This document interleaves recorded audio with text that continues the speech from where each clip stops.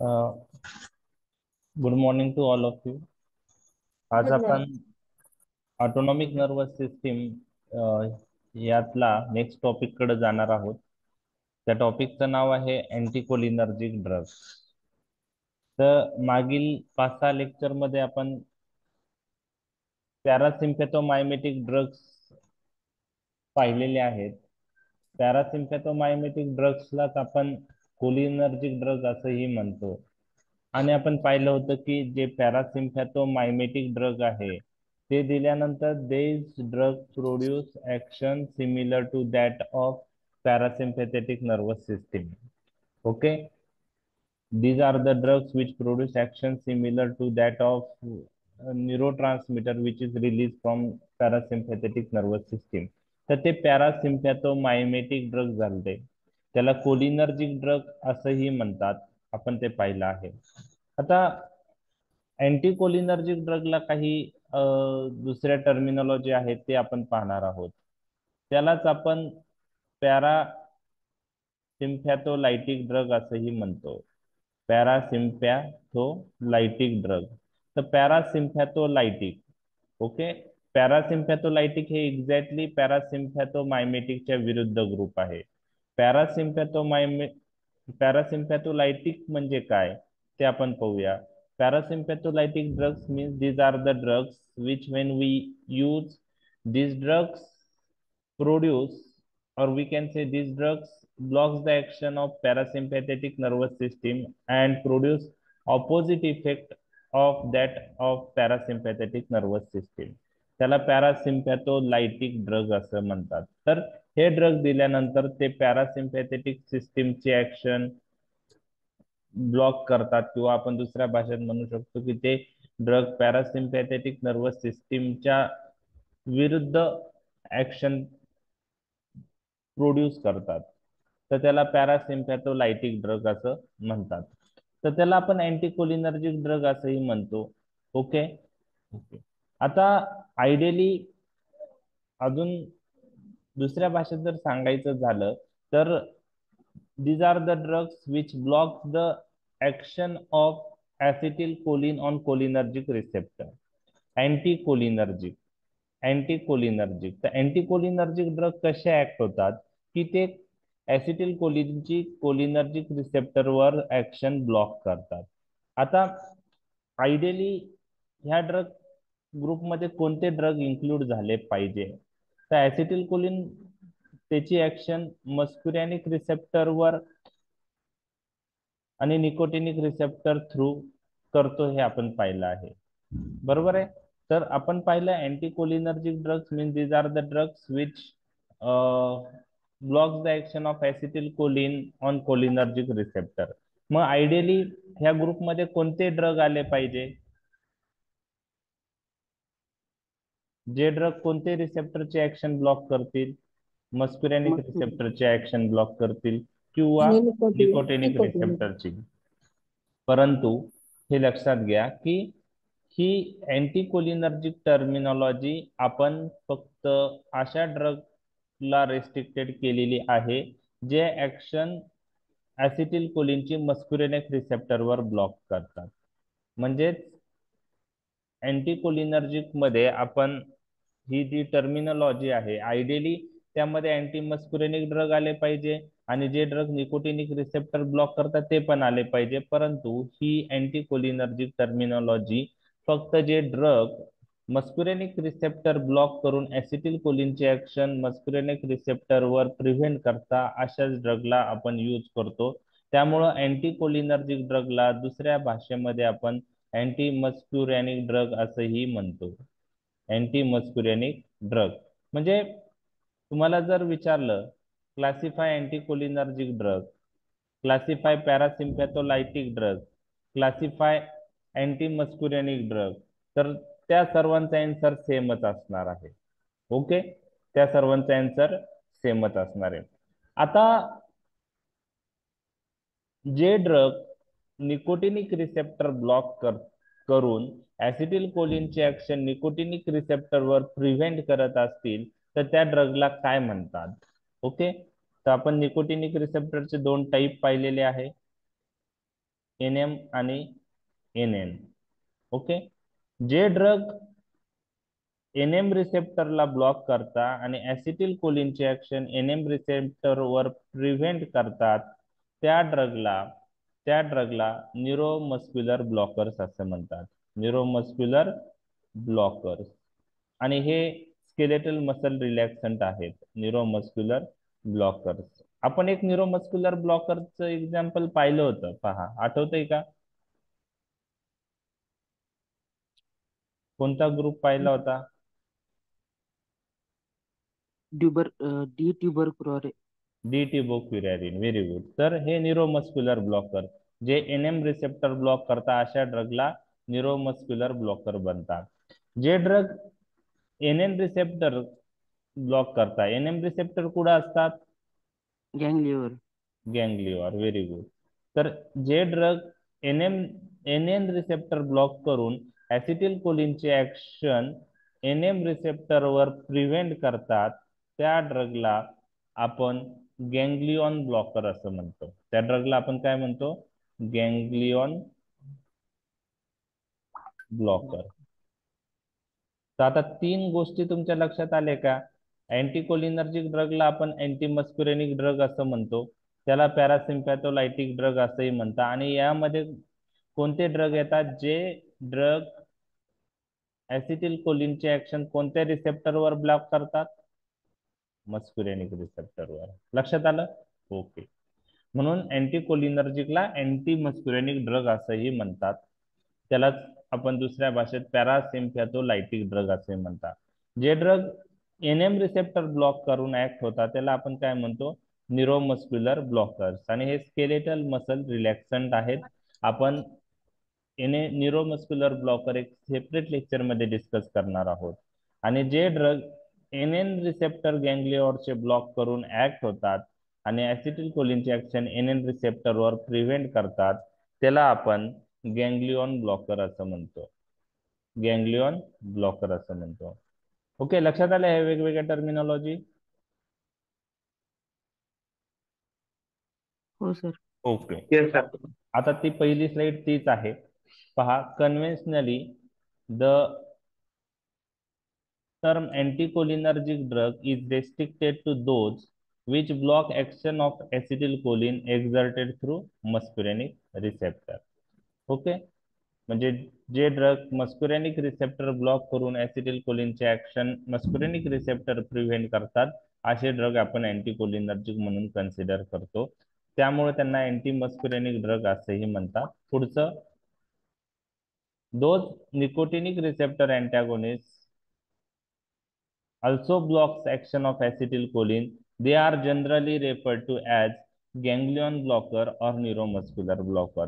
जे drug NN receptor block करतात, त्याला आपण गँग्लियन ब्लॉकर म्हणतात. जे ड्रग NM रिसेप्टर ब्लॉक करतात, त्याला आपण न्यूरोमस्क्युलर ब्लॉकर असं म्हणतो. ओके. नेक्स्ट, आता अँटीकोलिनर्जिक ड्रगचा जो प्रोटोटाइप ड्रग आहे तो ऍट्रोपिन आहे. तर ऍट्रोपिन हा ड्रग आपण डिटेलमध्ये डिस्कस करणार आहोत. आणि त्यानंतर आता ऍट्रोपिन विषयी बोलायचं झालं तर हा ड्रग प्लांट सोर्स पासून ऑब्टेन करतो. म्हणजे हा ड्रग नॅचरल सोर्स पासून आपण ऑब्टेन करतो. ऍट्रोपा बेलाडोना प्लांट आहे, धतुरा प्लांट आहे, त्याच्यापासून हा ऍट्रोपिन ऑब्टेन होतो. आणि हा एक प्रोटोटाइप आहे आणि मेनली मस्कुरेनिक रिसेप्टर ते ब्लॉक करतात. आता त्यानंतर खूप साऱ्या रिसर्च नंतर काही नवीन अँटीकोलिनर्जिक ड्रग पण डेव्हलप झालेले आहेत. काही ड्रग जे आहेत ते कसे ऑब्टेन केलेत की ते ऍट्रोपिनला मॉडिफाय करून ऑब्टेन केलेत. आणि काही ड्रग लॅबोरेटरीमध्ये आपण सिंथेटिकली तयार केलेत. तर त्या सगळ्या अँटीकोलिनर्जिक ड्रगला ऍट्रोपिन नंतर आलेले आहेत, त्याला आपण एक नाव पण दिलेलं आहे. त्याला आपण ऍट्रोपिन सबस्टिट्यूट असेही म्हणतो. ऍट्रोपिन सबस्टिट्यूट्स म्हणजे ऍट्रोपिनला सबस्टिट्यूट असणारे ड्रग, ऍट्रोपिन सारखेच ऍक्ट होणारे ड्रग जे ऍट्रोपिनला सबस्टिट्यूट्स म्हणून आपण यूज करतो, म्हणून त्या ड्रगला ऍट्रोपिन सबस्टिट्यूट्स असेही म्हणतात. ओके. तर आता ॲट्रोपिन हा चा विचार केला तर तो सिग्निफिकंटली मस्कुरेनिक रिसेप्टर ब्लॉक करतो, त्याला दुसरी ऍक्शन नाही आहे.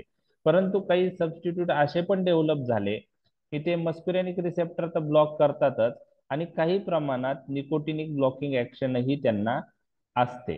परंतु त्या हा पॉइंट तुम्ही लक्षात ठेवला नाही ठेवला ओके आहे. तुम्हाला फक्त अँटीकोलिनर्जिक म्हणजे त्याला अँटी मस्कुरेनिक प्रॉपर्टी पाहिजे. ऍडिशनल एनएम रिसेप्ट आणि ऍडिशनल निकोटिनिक ब्लॉकिंग प्रॉपर्टी काही ॲट्रोपिन सबस्टिट्यूटला आता नवीन जे सिंथेटिकली फॉर्म झाले त्यांना आहे. परंतु ते आपण कोणाला आहे कोणाला नाही हे लक्षात ठेवू शकत नाही. त्यामुळं हा point exam point of view नाही लक्षात ठेवला इट्स ओके. आता हे जे अँटीकोलिनर्जिक ड्रग आहे they are all competitive blockers. Competitive blockers हे आपण फार्मॅकोडायनेमिक मध्ये डिस्कस केलेलं आहे, बरोबर आहे. कॉम्पिटिटिव्ह ब्लॉकर्स दोन प्रकारचे असतात. कोणते असतात? इक्विलिब्रियम टाइप आणि non-equilibrium नॉन आणि equilibrium equilibrium. Type. Very good. Equilibrium type and non equilibrium type. Equilibrium type हे रिव्हर्सिबल आहे. तर हे कॉम्पिटिटिव्ह इक्विलिब्रियम टाइपचे ब्लॉकर आहे. म्हणजे अँटीकोलिनर्जिक ड्रग मस्कुरेनिक रिसेप्टर साठी कोणाबरोबर कम्पीट करतील? ऍसिटिल कोलिन बरोबर. Very good. ऍसिटिल कोलिन हा नॅचरल अगोनिस्ट आहे इथं, बरोबर आहे. तर हे ड्रग काय करतात? अँटीकोलिनर्जिक ड्रग. अँटीकोलिनर्जिक ड्रग हे ऍसिटिल कोलिन बरोबर कम्पीट करतात मस्कुरेनिक रिसेप्टर साठी आणि स्वतः जाऊन इथं बाइंड होतात आणि मस्कुरेनिक रिसेप्टर ब्लॉक करतात. त्यामुळं ऍसिटिल कोलिनची ऍक्शन होत नाही. आता याच्यामध्ये अगोनिस्ट कोण आहे आणि अँटागोनिस्ट कोण आहे? अँटागोनिस्ट अँटीकोलिनर्जिक ड्रग आहे आणि अगोनिस्ट ऍसिटिल कोलिन आहे.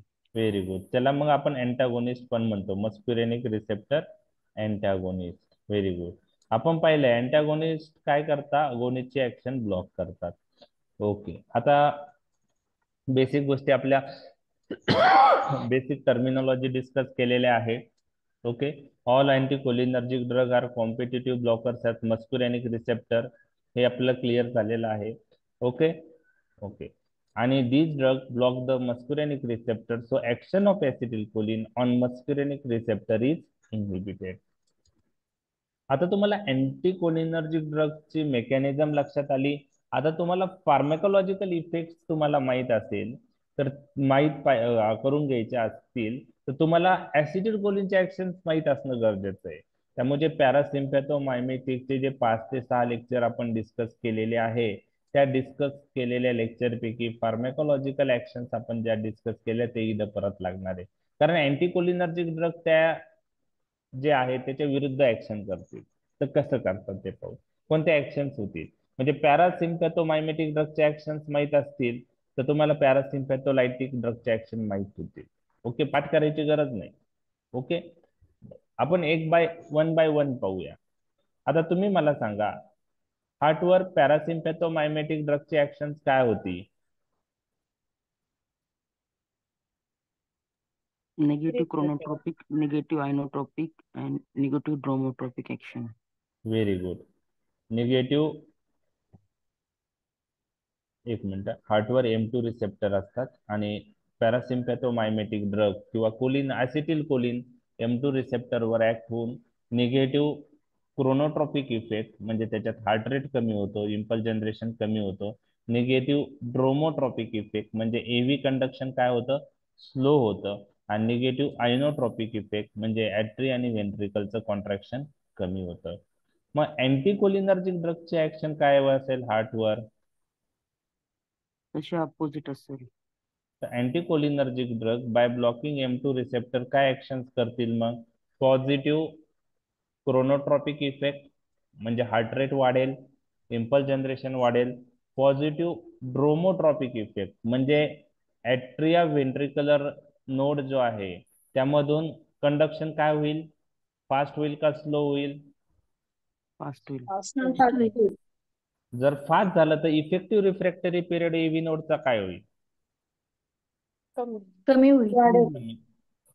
इफेक्टिव्ह रिफ्रॅक्टरी पिरियड जर कंडक्शन फास्ट झालं तर कमी वेळ लागेल सिग्नल ट्रान्समिट करायचा एव्ही नोड थ्रू. तर इफेक्टिव्ह रिफ्रॅक्टरी पिरियड काय होईल?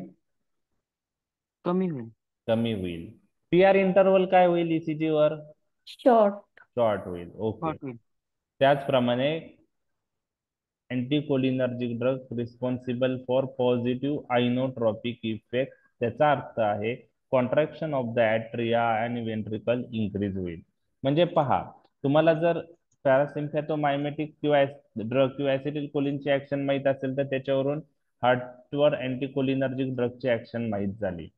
ओके, तर हे पहा, तेच दिलं आहे. आता आपण एक चार्ट बनवलेला आहे. त्या कोलिनर्जिक ऍक्शन पहिल्या चार्ट सेकंड कॉलम मध्ये आहे, अँटीकोलिनर्जिक ऍक्शन हे थर्ड कॉलम मध्ये आहे.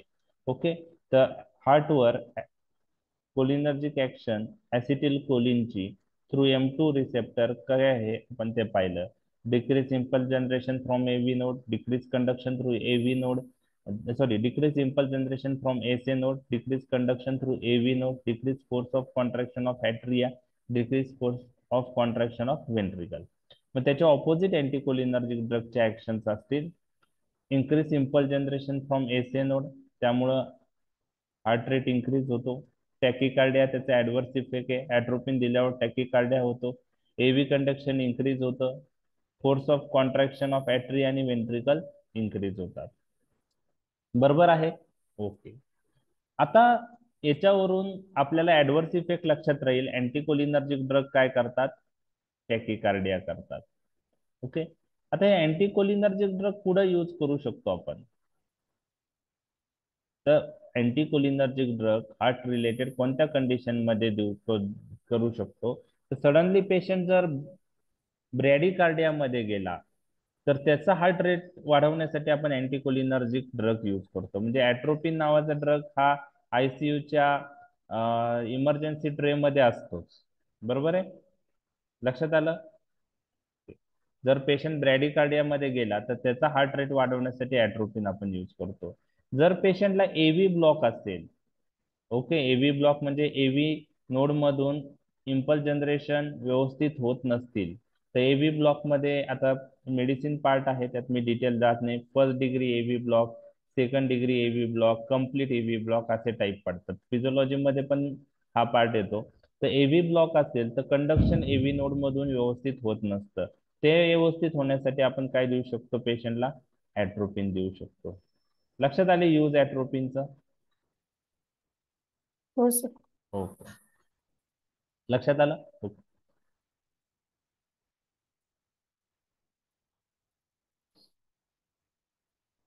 आता तुम्ही मला सांगा, ब्लड वेसल वर काय ऍक्शन आहे एंडोजिनस ऍसिटिल कोलिनची? No action. Very good, no action. आपण पाहिलेलं आहे ब्लड वेसल रिलेटेड की ब्लड वेसल वर मस्कुरेनिक रिसेप्टर लोकेटेड असतात, परंतु ब्लड वेसलला पॅरासिम्पॅथेटिक सप्लाय नसतो आणि त्याच्यामुळं ब्लड वेसलवर जरी रिसेप्टर प्रेझेंट असले तरी पण पॅरासिम्पॅथेटिक सप्लाय नसल्यामुळे तिथं ऍसिटिल कोलिन रिलीज होत नाही आणि त्याच्यामुळं endogenous acetyl choline has no action on the blood vessel आपण पाहिलेलं आहे. आणि एक्झोजिनस ऍसिटिल कोलिनची ऍक्शन काय आहे? इंटॅक्ट एंडोथिलियम असेल तर काय होतं? जर बाहेरून ऍसिटिल कोलिन दिला आणि ब्लड वेसलचा एंडोथिलियम इंटॅक्ट असेल तर काय ऍक्शन आहे, आणि एंडोथिलियम डॅमेज झाला तर काय ऍक्शन आहे आपण पाहिलेलं आहे ते. नायट्रिक ऑक्साईड रिलीज होऊन व्हॅझोडायलेटेशन इंटॅक्ट मध्ये, हा, आणि जरी डॅमेज झालं तर व्हॅझोकन्स्ट्रिक्शन. Very good. तर हे ऍक्शन्स आता आपण खूप डिटेलमध्ये पॅरासिम्पॅथेटिक मायमेटिक ड्रग मध्ये डिस्कस केलेले आहेत. ते त्याचं रिव्हिजन आहे. आता आपण जर एंडोजिनस ऍसिटिल कोलिनची ऍक्शन काहीच नाहीये ब्लड वेसलवर, तर अँटीकोलिनर्जिकची ऍक्शन काही असेल का सिग्निफिकंटली ब्लड वेसलवर? नसेल, नसेल. कारण तो एंडोजिनस वर ऍक्ट करेल. म्हणजे एंडोजिनस ऍसिटिल कोलिन म्हणजे अँटागोनिस्ट काय करता? अगोनिस्टची ऍक्शन ब्लॉक करता. आता एंडोजिनस ऍसिटिल कोलिनची ऍक्शनच नाही, म्हणजे ब्लड वेसलवर जरी रिसेप्टर असले तर अगोनिस्ट बाइंड होतो का तिथं? एंडोजिनस ऍसिटिल कोलिन बाइंड होऊ शकतो का तिथं? नाही होऊ नाही. शकत, कारण नाही ऍसिटिल होणार. कोलिन रिलीजच होत नाही तिथं. पॅरासिम्पॅथेटिक नर्वचा सप्लायच नाही ब्लड वेसलला. ऍसिटिल कोलिन रिलीज नाही झाला तर ऍसिटिल कोलिनची अगोनिस्टची ऍक्शन नाही, त्यामुळे अँटागोनिस्टची ऍक्शन येणार नाही, कारण अँटागोनिस्टला स्वतःची ऍक्शन नसते, ते अगोनिस्टची ऍक्शन ब्लॉक करतात, बरोबर. म्हणून अँटीकोलिनर्जिक ड्रगला सिग्निफिकंट ब्लड व्हेसलवर ऍक्शन नाही. मग तुम्हाला असं वाटेल की आपण ऍट्रोपिनमुळं ब्लड प्रेशर इन्क्रीज होतं असं पाहिलं होतं ना. ऍट्रोपिनायझेशनच्या साईन ओपीपी पॉइझनिंग मध्ये ऍट्रोपिन कुठपर्यंत देणार, हार्ट रेट वाढेल, ब्लड प्रेशर वाढूस तर, किंवा ड्रायनेस ऑफ माउथ. तर हा ब्लड प्रेशर कसा वाढतो, बरोबर. तर हा blood pressure due to increase contraction of the heart मुळे वाढतं. कॉन्ट्रॅक्शन वाढलं म्हणजे कार्डियाक आउटपुट वाढेल, कार्डियाक आउटपुट वाढलं म्हणजे ब्लड प्रेशर वाढतं. लक्षात आलं. ब्लड वेसलवर काही सिग्निफिकंट ऍक्शन नाही, हे तुमच्याशी मी डिस्कस केलंय. कळलंय का हा पार्ट? Yes sir. ओके. आता तुम्ही मला स्मूथ मसल्सच्या ऍक्शन सांगा कोलिनर्जिक, मी तुम्हाला अँटी कोलिनर्जिक ऍक्शन एक्सप्लेन करेल. तर स्मूथ मसल्स वर, ठीक आहे, तर स्मूथ मसल्स मध्ये आपण 3 स्मूथ मसल्स पाहणार आहोत. ओके, जे महत्वाचे आहेत. जीआयटी, तर जीआयटी वर काय आहे, त्यानंतर युरिनरी ब्लॅडर वर काय ऍक्शन आहे, स्मूथ मसल आणि स्पिंक्टर दोन्ही सांगायचं इथं, आणि तिसरं ब्रॉन्काय. तर जीआयटी वरचं कोणीतरी सांगा काय ऍक्शन आहे कोलिनर्जिक ड्रग किंवा ऍसिटिल कोलिनची. इन्क्रीज स्पिंक्टर मोटिलिटी आणि रिलॅक्सेशन स्पिंक्टर आणि रिलॅक्सेशन. मसलचं कॉन्ट्रॅक्शन. मसलचं कॉन्ट्रॅक्शन आणि स्पिंक्टर रिलॅक्सेशन. रिलॅक्सेशन. तर ही ऍक्शन कोणत्या रिसेप्टर थ्रू होती, M1 M2 M3 पैकी? M2. नाही, M1. M3. M3 मुळे होते ते, आणि स्लाइट M1 ला पण ऍक्शन आहे. Correct M3. Answer is smooth muscles of the smooth muscle वर M3 रिसेप्टर असतात. M1 जीआयटी मध्ये तुम्हाला मी सांगितलं आहे, एका ठिकाणी आहे गॅस्ट्रिक ग्लॅन्ड, एंटरोक्रोमॅफाइन सेल, स्टमक. पण smooth muscles of the GIT M3, smooth muscle म्हणलं तर M3 रिसेप्टर तुम्हाला माहित पाहिजे. M2 हार्ट सोडून कुठंच नाही लक्षात ठेवायचे. M2 इनहिबिटरी आहेत आणि कुठं आहेत, हार्टवर. ओके, तर स्मूथ मसल कॉन्ट्रॅक्शन आणि स्पिंक्टर रिलॅक्सेशन, त्याच्यामुळे काय ऍक्शन, काय इफेक्ट येतो, कोलिनर्जिक ड्रग काय करतात, त्या डिफिकेशन काय होतं, इन्क्रीज होतं. Very good. इन्क्रीज होतं. आणि स्मूथ मसल कॉन्ट्रॅक्ट झाल्यामुळे काय होऊ शकतं, ऍबडोमिनल कोलिकी पेन होऊ शकतं, बरोबर आहे ना. स्पाझम, पेरिस्टाल्सिस इन्क्रीज होती, स्पिंक्टर रिलॅक्स होता, इन्क्रीज डिफिकेशन आहे. परंतु स्मूथ मसल कॉन्ट्रॅक्ट झाल्यामुळं काही पेशंट मध्ये काय होऊ शकतं, कोलिनर्जिक ड्रग काय करू शकतात, पेन, किंवा ऍसिटिल कोलिन स्मूथ मसल कॉन्ट्रॅक्शन केलं तर त्यांनी काय होऊ शकतं, ऍबडोमिनल पेन, कोलिकी पेन म्हणतो आपण त्याला. ओके, आता अँटी कोलिनर्जिक ड्रग काय करतील तुम्ही सांगा. बाय ब्लॉकिंग M3 रिसेप्टर उलटी ऍक्शन येणार. मग स्मूथ मसल काय होतील इथं, जीआयटीचे रिलॅक्स होतील. रिलॅक्स होईल, आणि स्पिंक्टर काय होतील, कन्स्ट्रिक्ट होतील. कॉन्स्ट्रिक्ट होतील. मग याच्यामुळं कॉन्स्टिपेशन नावाचा साइड इफेक्ट ह्या ड्रग मुळे होऊ शकतो. अँटीकोलिनर्जिक ड्रग रिस्पॉन्सिबल फॉर कॉन्स्टिपेशन. आणि स्मूथ मसल रिलॅक्स झाल्यामुळं हे ड्रग आपण अँटी स्पाझमोटिक म्हणून यूज करतो. अँटी स्पाझमोडिक. ओके, अँटी स्पाझमोटिक, स्पाझम रिलीव्ह करण्यासाठी. ओके, आता ऍट्रोपिन तर तुम्ही यूज करत नाही, ओके, परंतु तुम्ही सायक्लोपाम टॅबलेट यूज करत असता, त्यामध्ये कोणतं ड्रग आहे, डायसायक्लो, डायसायक्लोमाइन. आणि ते अँटीकोलिनर्जिक ड्रग आहे. तर अँटी स्पाझमोटिक मध्ये आपण म्हणजे antispasmodic point of view anticholinergic drug आपण यूज करतो. आता ऍट्रोपिन पेक्षा बाकी ड्रग अवेलेबल जे आहेत ज्याचे साईड इफेक्ट कमी आहे ते आपण प्रिफर करतो. तर जे सायक्लोपाम मधलं डायसायक्लोमाइन कंटेन आहे ते अँटीकोलिनर्जिक ड्रग आहे, आणि आपण ऍबडोमिनल पेन मध्ये आपण किंवा ऍबडोमिनल पेन मध्ये आपण हे ड्रग देतो ऍज अ अँटी स्पाझमोटिक म्हणून. ओके, युरिनरी ब्लॅडर वर ऍसिटिल कोलिनची काय ऍक्शन आहे तुम्ही सांगा. डेट्रोसर मसलचं कॉन्ट्रॅक्शन होईल, आणि स्फिंक्टरचं रिलॅक्सेशन. रिलॅक्स होईल आणि वॉइडिंग ऑफ ब्लॅडर होईल. वॉइडिंग ऑफ ब्लॅडर होईल. बरोबर आहे. ओके. मग ते कुठे यूज करतो आपण? Post operative urinary post operative retention. Retention. Very good. आता अँटीकोलिनर्जिक ड्रग काय करतील? डेट्रोजल स्मूथ मसल काय होईल? रिलॅक्स होईल. रिलॅक्स होईल. आणि स्फिंक्टर स्फिंक्टर स्पाझम. स्फिंक्टर कन्स्ट्रिक्ट होईल. कॉन्स्ट्रिक्ट होईल. म्हणजे युरिनरी काय होईल? रिटेन्शन. रिटेन्शन होईल. Urinary retention. मग हा नॉर्मल पेशंट मध्ये हा साईड इफेक्टच आहे, युरिनरी रिटेन्शन, जसं कॉन्स्टिपेशन होता. आणि ही ऍक्शन कुठे यूज करू शकतो आपण? ज्याच्यामध्ये हायपर ऍक्टिव्ह ब्लॅडर आहे. बरोबर आहे. ड्रिबलिंग ऑफ युरिनेशन आहे. ब्लॅडर कॅपॅसिटी इन्क्रीज करायची आहे. तर याच्यामध्ये आपण हे ड्रग देऊ शकतो. इव्हन आपण नॉक्टर्नल एन्युरेसिस साठी पण देतो. नॉक्टर्नल एन्युरेसिस साठी कोणता ड्रग यूज करता माहिती आहे तुम्हाला? लहान मुलांमध्ये बेड वेटिंग, तर ऍक्च्युली इमेप्रामाइन नावाचा ड्रग पण यूज करतात. इमेप्रामाइन ऐकलंय तुम्ही? हो सर. हे ऍक्च्युली अँटी डिप्रेशन ड्रग आहे, परंतु याला ऍडिशनल अँटीकोलिनर्जिक प्रॉपर्टी आहे. ट्रायसायक्लिक अँटी डिप्रेशन, पण त्याला ऍडिशनल कोणती प्रॉपर्टी आहे? अँटीकोलिनर्जिक. आणि अँटीकोलिनर्जिक प्रॉपर्टीमुळे ते नॉक्टर्नल एन्युरेसिस मध्ये यूज करू शकतो.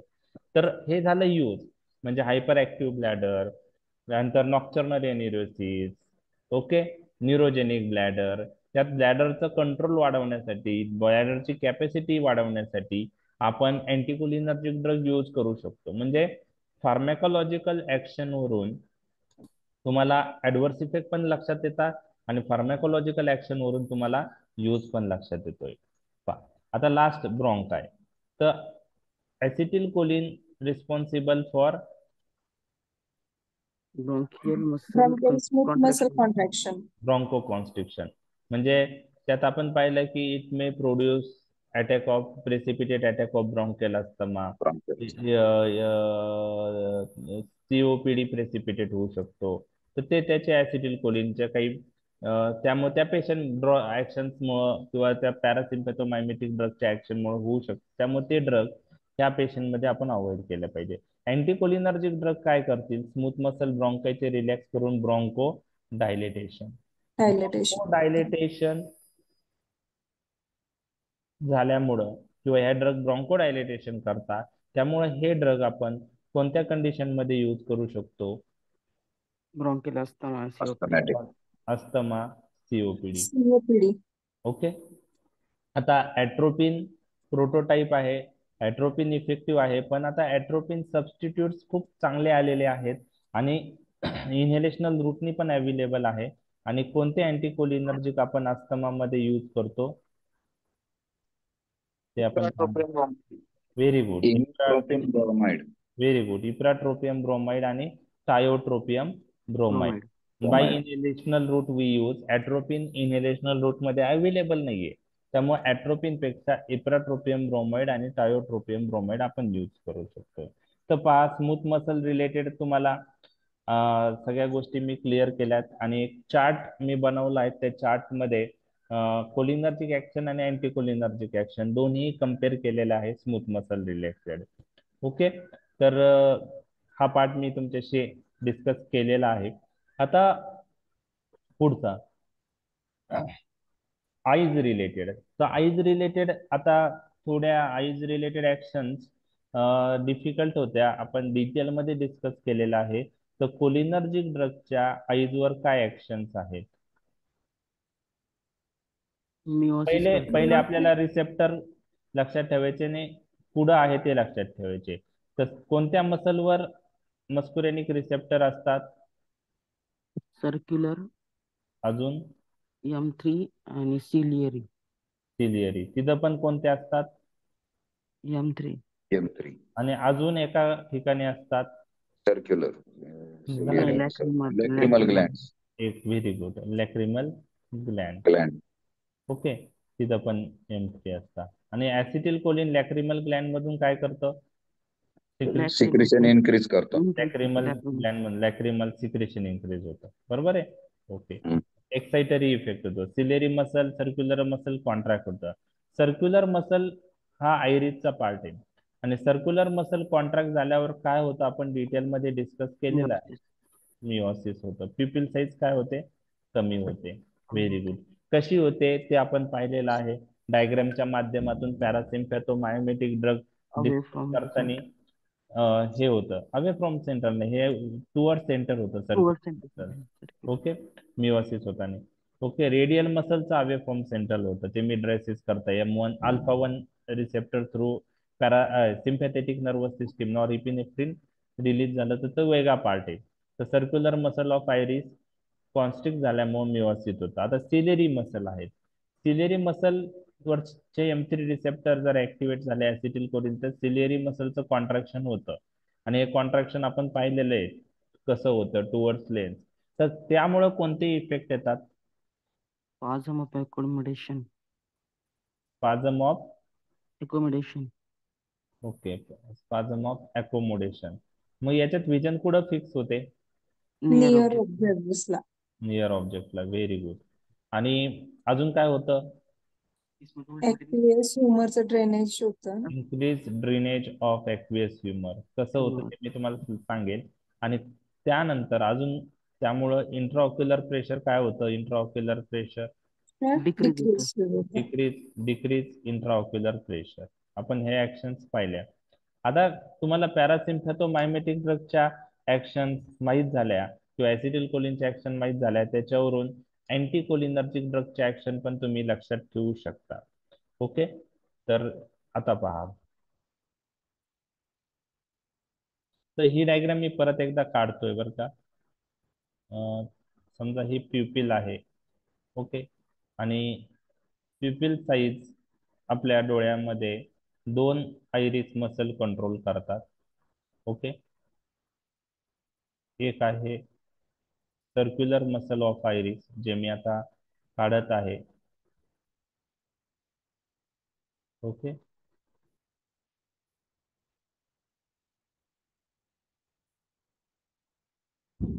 आणि दुसरं जे मसल आहे आयरिसचं ते पण प्युपिल साईज कंट्रोल करतं.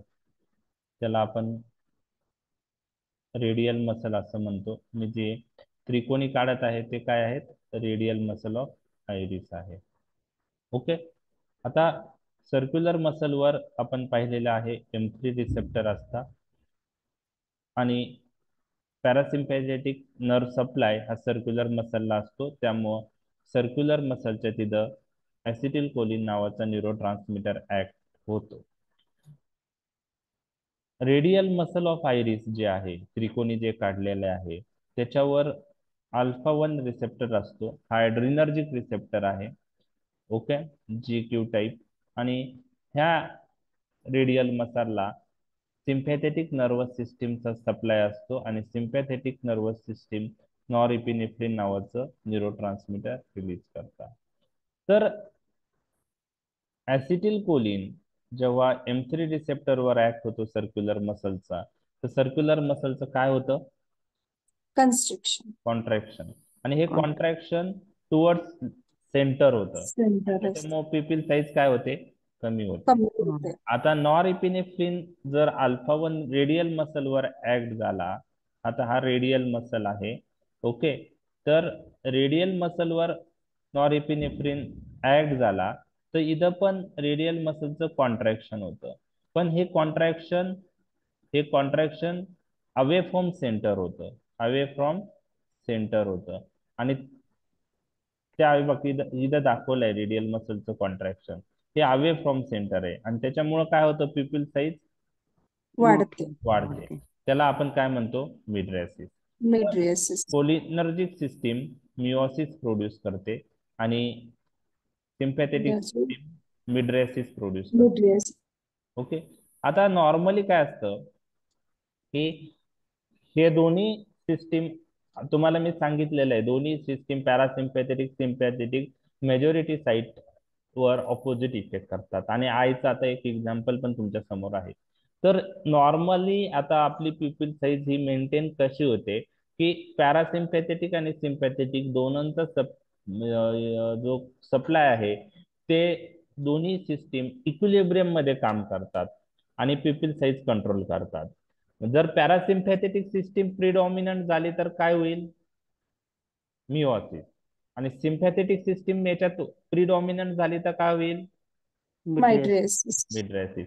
म्हणजे हे दोघांचा इफेक्ट इक्विलिब्रियम मध्ये एका ठराविक प्रमाणात असल्यामुळे पिपिल साईज कंट्रोल मध्ये राहते. बरोबर आहे? ओके. आता आपण जर इथं अल्फा 1 रिसेप्टरवर ऍक्ट होणारा ड्रग दिला, समजा आता नॉरिपिनेफ्रिन तर आपल्या शरीरात रिलीज होतो, नॉरिपिनेफ्रिन नावाचा ड्रग पण आहे. अजून एक ड्रग आहे आईशी रिलेटेड, फिनिलेफ्रिन. तुम्ही ऐकलं असेल फिनिलेफ्रिन आय ड्रॉप. तर हा अल्फा 1 अगोनिस्ट आहे. तर फिनिलेफ्रिन दिल्यानंतर काय होईल तुम्ही मला सांगा? तो अल्फा 1 अगोनिस्ट आहे. Mydriasis. फिनिलेफ्रिन दिल्यावर काय होईल? मिड्रेसिस होईल. Mydriasis. कारण फिनिलेफ्रिन काय आहे? अल्फा 1 वर काय होतो? अगोनिस्ट म्हणून कार्य करतो. फिनिलेफ्रिन ऍड्रिनर्जिक ड्रग आहे आणि तो अगोनिस्ट म्हणून कार्य करतो. नॉरएपिनेफ्रिन सारखंच त्याचं काम आहे. आणि रेडियल मसलचं काय होईल मग? कॉन्ट्रॅक्शन होईल. कॉन्ट्रॅक्शन हे अवे फ्रॉम सेंटर होईल. रेडियल मसल कॉन्ट्रॅक्ट होतील आणि मिड्रेसिस होईल. ह्यामध्ये ह्या टाईपच्या मिड्रेसिसला ऍक्टिव्ह मिड्रेसिस म्हणतात. काय म्हणतात? Active mydriasis. ओके.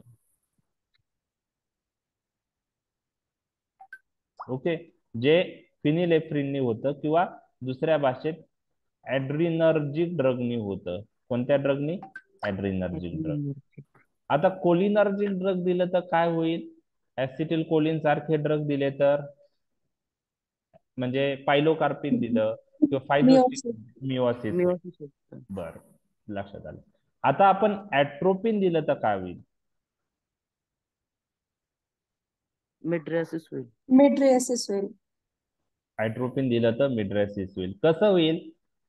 ऍट्रोपिन दिलं तर M3 रिसेप्टर ब्लॉक होईल. Block. कशावरचे? कोणत्या मसलवरचे? सर्क्युलर मसलवर. Circular muscle. म्हणजे ऍट्रोपिन दिल्यामुळं कशाची ऍक्शन ब्लॉक झाली? Circular muscle M3 ची. M3 ची. त्याच्यावर कोण ऍक्ट होणार होता? ऍसिटिल कोलिन. म्हणजे ऍसिटिल कोलिनची ऍक्शन सर्क्युलर मसलवर ब्लॉक झाली. बरोबर? म्हणजे सर्क्युलर मसलवर पॅरासिम्पॅथेटिक नर्वस सिस्टीमची ऍक्शन काय झाली? ब्लॉक झाली. Block cell. आता मी तुम्हाला सांगितलं होतं की कोलिनर्जिक, पॅरासिम्पॅथेटिक आणि सिम्पॅथेटिक सिस्टीम हे इक्विलिब्रियम मध्ये काम करतात आणि पिपिल साईज मेंटेन होते. आता याच्यामध्ये पॅरासिम्पॅथेटिक ऍक्शन ब्लॉक झाल्यामुळं, पॅरासिम्पॅथेटिक ऍक्शन ब्लॉक झाल्यामुळं कशाची ऍक्शन प्रिडॉमिनंट होईल? Sympathetic. सिम्पॅथेटिक आणि मिड्रेसिस होईल. आणि ह्या टाईपच्या मिड्रेसिसला आपण पॅसिव्ह मिड्रेसिस असं म्हणतो. तर या पॅसिव्ह मिड्रेसिस मध्ये रेडियल मसलवर ऍक्शन नाही ड्रगची. ते कोलिनर्जिक सिस्टीम ची ऍक्शन सर्क्युलर मसलवर ब्लॉक करतात आणि contraction of the circular muscle होत नाही आणि त्याच्यामुळं सिम्पॅथेटिक ऍक्टिव्हिटी प्रिडॉमिनंट होते आणि मिड्रेसिस होतं. तर त्याला आपण पॅसिव्ह मिड्रेसिस असं म्हणतो. तर ऍट्रोपिन किंवा अँटीकोलिनर्जिक ड्रग मुळे पण मिड्रेसिस होतं. ऍड्रिनर्जिक ड्रग मुळे पण मिड्रेसिस होतं. पण ऍड्रिनर्जिक ड्रगचं जे मिड्रेसिस होतं ते ऍड्रिनर्जिक ड्रगचे ऍक्शन कोणत्या मसलवर होते? Radial muscle. Radial muscle. आणि त्या टाईपच्या मिड्रेसिसला आपण कोणता मिड्रेसिस म्हणतो? Active mydriasis. ऍट्रोपिन किंवा अँटीकोलिनर्जिक ड्रग सर्क्युलर मसलवरचे M3 रिसेप्टर ब्लॉक करून ऍसिटिल कोलिनची ऍक्शन जी आहे ती ब्लॉक करतात आणि त्यामुळे जे मिड्रेसिस होतं त्याला आपण काय म्हणतो? पॅसिव्ह मिड्रेसिस. Passive mydriasis. ओके. तर इथं आपण ऍसिटिल कोलिनची जी मिओटिक ऍक्शन आहे ती प्रिव्हेंट होते, पॅरासिम्पॅथेटिक ऍक्शन ब्लॉक होते आणि त्या तुलनेत सिम्पॅथेटिक ऍक्शन मग प्रिडॉमिनंट झाल्यामुळे मिड्रेसिस होतं, म्हणून त्याला पॅसिव्ह मिड्रेसिस म्हणतात. तर तुम्हाला कोणी विचारलं की मिड्रेसिस कोणत्या ड्रगनी होतं, तर दोन ग्रुप तुमच्या डोक्यात आले पाहिजे, अँटीकोलिनर्जिक ड्रग आणि दुसरं कोणतं आहे? ऍड्रिनर्जिक ड्रग. दोघातला फरक मी तुमच्याशी डिस्कस केलाय. ऍड्रिनर्जिक ड्रगनी ऍक्टिव्ह मिड्रेसिस होतं, अँटीकोलिनर्जिक ड्रगनी पॅसिव्ह मिड्रेसिस होतं. Yes. लक्षात आलं हे? लक्षात आलं? हो सर. ओके. आणि अँटीकोलिनर्जिक ड्रगने मिड्रेसिस कशामुळे होतं? M3 रिसेप्टर ब्लॉक झाल्यामुळं ऍसिटिल कोलिनची constriction of circular muscle action block झाल्यामुळे होतं. Okay okay. आता ऍक्शन पाहूया आपण. आता हे तुम्हाला मागच्या पॅरासिम्पॅथोमायमेटिक लेक्चर मध्ये मी डिस्कस केलेले आहे ही स्लाइड. हे झालं कॉर्निया. ओके. हे जे आहे याला काय म्हणतो आपण? मी आता ड्रॉ हायलाइट केलंय. आयरिस. आयरिस. दोघांच्या मध्ये जी जागा आहे त्याला काय म्हणतात? प्युपिल. प्युपिल. ही लेन्स झाली. लेन्स कशाला अटॅच असते? कोणत्या मसलला?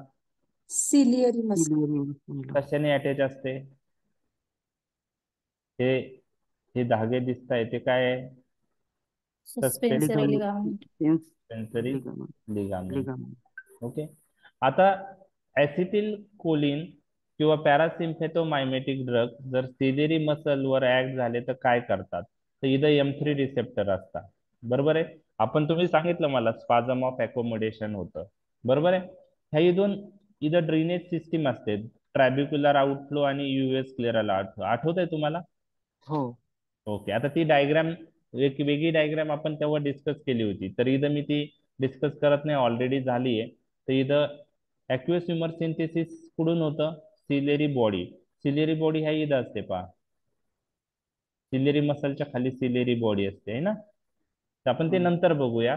आता आपण काय करूया, स्पाझम ऑफ अकोमोडेशन काय कसं होतं आणि अँटीकोलिनर्जिक ड्रगने काय ऍक्शन येईल ते मी तुमच्याशी डिस्कस करत आहे.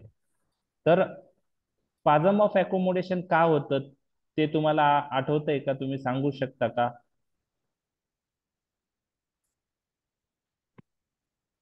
ट्राय करा कोणीतरी की सिलेरी मसल कॉन्ट्रॅक्ट झाल्यावर स्पाझम ऑफ अकोमोडेशन कसं होतं? सस्पेन्सरी लिगामेंट लूज होतात आणि मग का होता लूज? बरोबर आहे. सस्पेन्सरी कॉन्वेक्स होतं lens. Okay.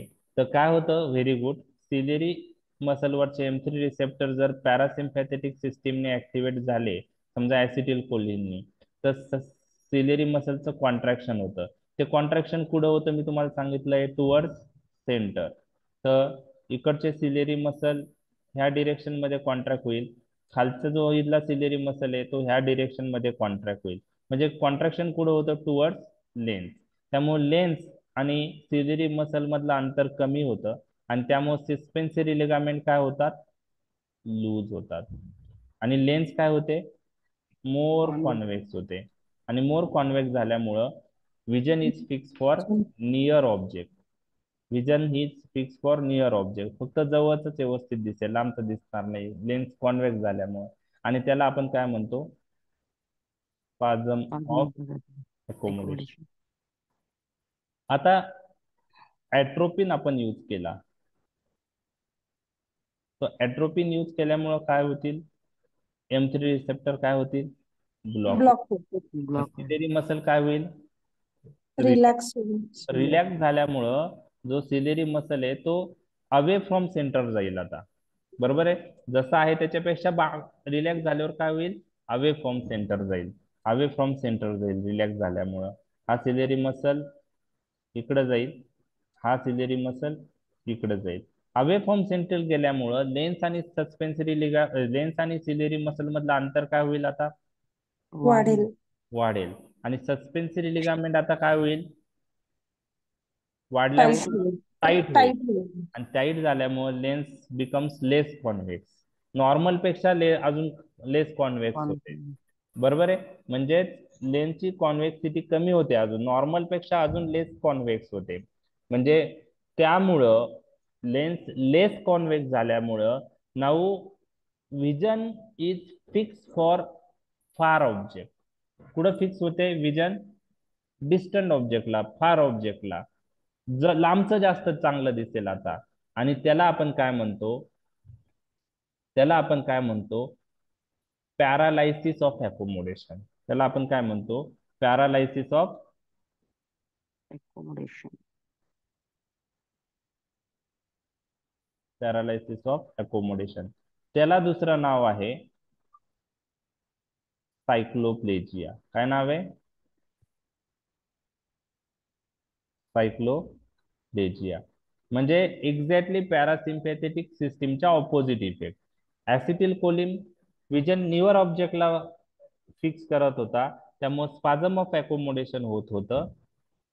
अँटीकोलिनर्जिक drug ऍट्रोपिन पॅरालायसिस of accommodation करता, त्याला सायक्लोपेजिया म्हणता. आणि विजन कुठं फिक्स होतं? फार Far ऑब्जेक्ट. object. म्हणजे दूरचं व्यवस्थित दिसतं याच्यात. लक्षात आलं? लक्षात आलं? हो सर. ओके, समजलंय ना का नाही? एकदा सांगा ना सर. आता तुम्हाला जर ऍसिटिल कोलिनचे ऍक्शन माहित असेल ना, त्याचे एक्झॅक्टली ऑपोजिट ऍक्शन होते. आता बघा, एक लक्षात घ्या, एक अजून तुम्हाला एक लक्षात ठेवायचं, लेन्स जितकी कॉन्व्हेक्स असेल ना, तेवढे जवळचे रेज चांगले पडतात रेटायनावर, आणि विजन ही नियर ऑब्जेक्टला फिक्स होते. लेन्स जर लेस कॉन्व्हेक्स झाली, म्हणजे कॉन्व्हेक्सिटी कमी झाली त्याची, तर दूरचे रेज रेटायनावर चांगले पडतात आणि विजन मध्ये लांबचं चांगलं दिसतं. विजन हे फार ऑब्जेक्ट साठी फिक्स होतं. म्हणजे हे लेन्सच्या कॉन्व्हेक्सिटीचं प्रॉपर्टी तुम्हाला माहित पाहिजे. जास्त कॉन्व्हेक्स झाले तर जवळचं जास्त चांगलं दिसणार, बरोबर? नियर विजन फिक्स होणार. आणि लेस कॉन्व्हेक्स झाले तर काय होईल? फार दिसेल. फार ऑब्जेक्ट दूरचं चांगलं दिसेल. हे तर लक्षात आलं तुमच्या? हो. मग हो आता सर. आता आताच पहा, आपण ऍसिटिल कोलिनमुळे स्पाझम ऑफ अकोमोडेशन होत होतं ते आपण डिस्कस केलंय. आणि it action is related with ciliary muscle. Ciliary मसलवर M3 रिसेप्टर असतात. ऍसिटिल कोलिन M3 रिसेप्टर वर ऍक्ट होतो. काय करतं त्याचं? मग कॉन्ट्रॅक्शन करतं. कॉन्ट्रॅक्शन. आणि कॉन्ट्रॅक्शन केल्यामुळं सिलियरी मसल टुवर्ड्स लेन्स किंवा टुवर्ड्स सेंटर कॉन्ट्रॅक्ट होता. तर हा सिलेरी मसल इकडं कॉन्ट्रॅक्ट झाला ह्या डिरेक्शन मध्ये, खालचा सिलेरी मसल ह्या डिरेक्शन मध्ये कॉन्ट्रॅक्ट झाला, आणि त्याच्यामुळं लेन्स आणि सिलेरी मसल मधलं अंतर काय झालं? कमी झालं. वा. आणि हे सस्पेन्सरी लिगामेंट काय होतील? हे लूज. तर ही जी डायग्राम दाखवली दुसरी, ही ऍसिटिल कोलिनची ऍक्शन आहे, पॅरासिम्पॅथोमायमॅटिक ऍक्शन आहे. आणि लूज झाल्यामुळे लेन्स काय झालं? मोर कॉन्व्हेक्स झाली. सस्पेन्सरी लिगामेंट लूज झाल्यामुळे लेन्स काय झालं? मोर मोर कॉन्व्हेक्स. कॉन्व्हेक्स. आणि मोर कॉन्व्हेक्स झाल्यामुळे विजन कुठं फिक्स झालं? Near Near ऑब्जेक्ट्सला. object. त्याला आपण काय म्हणतो? स्पाझम ऑफ अकोमोडेशन. अकोमोडेशन.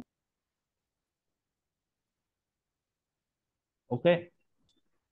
आता एक्झॅक्टली उलट. आता आपण जर ऍट्रोपिन यूज केलं तर काय होईल? तर ऍट्रोपिन M3 रिसेप्टर काय करतं? ब्लॉक करेल. पण ब्लॉक म्हणजे ऍसिटिल कोलिनचे ऍक्शन होईल का? नाही होणार. नाही होणार. सिलेरी मसल कॉन्ट्रॅक्ट होईल का टुवर्ड्स लेन्स कडं? नाही नाही. होणार. उलट रिलॅक्स होतील. रिलॅक्स होईल. रिलॅक्स झाल्यामुळे ते परत अवे फ्रॉम लेन्स जातील. कुठं जातील? Away from lens. Away from lens किंवा अवे फ्रॉम सेंटर. त्यामुळे मला सांगा, जर सिलेरी मसल नॉर्मली असा आहे, आता तो तो समजा इकडं गेला वर, बरोबर आहे, आणि हा सिलेरी मसल नॉर्मली असा, सॉरी